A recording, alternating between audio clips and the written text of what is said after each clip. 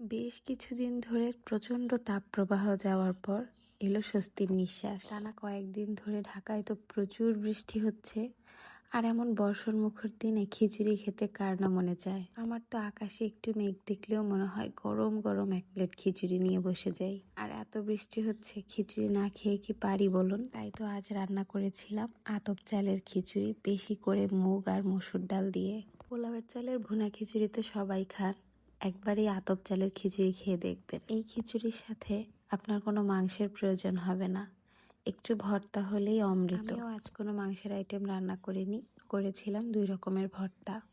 আর বাচ্চাদের জন্য shortcut way তো আছেই, ডিম ভাজা। আমাদের জন্য কিন্তু ডিম ভাজারও প্রয়োজন হয়নি। ঝাল ঝাল করে ভর্তা করেছিলাম, মুরগির মাংসের ভর্তা। আর সাথে ছিল ছোট চিংড়ি মাছের হাতে মাখা ভর্তা। মুরগির মাংসের ভর্তা শুনতে অড লাগলেও খেতে কিন্তু বেশ মজা ছিল। বাসায় একবার ট্রাই করে দেখবেন, ব্রয়লার মুরগি আর অন্য কোনোভাবে খেতে মনে চাইবে না।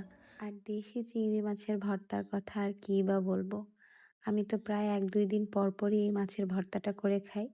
আমার ভীষণ পছন্দের।